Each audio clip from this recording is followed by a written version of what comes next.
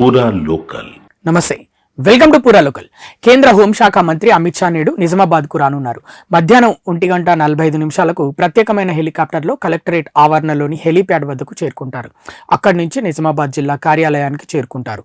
మధ్యాహ్నం 2 గంటలకు జాతీయ పసుపు బోర్డును ప్రారంభించి నిజామాబాద్ కంటేశ్వర్ క్రాస్ రోడ్లో ఏర్పాటు చేసిన డి శ్రీనివాస్ విగ్రహాన్ని ఆవిష్కరిస్తారు. అనంతరం పాలిటెక్నిక్ గ్రౌండ్లో జరిగే కిసాన్ మహాసభలో అమిత్ షా పాల్గొని ప్రసంగిస్తారు. పసుపు పంటకు మద్దతు ధర 15,000 రూపాయలు ఇవ్వాలని, జాతీయ పసుపు బోర్డు ఏర్పాటు చేయాలని డిమాండ్ చేస్తూ ఉమ్మడి నిజామాబాద్ జిల్లాలోని రైతులు అనేక సంవత్సరాలు ఉద్యమాలు నిర్వహించారు.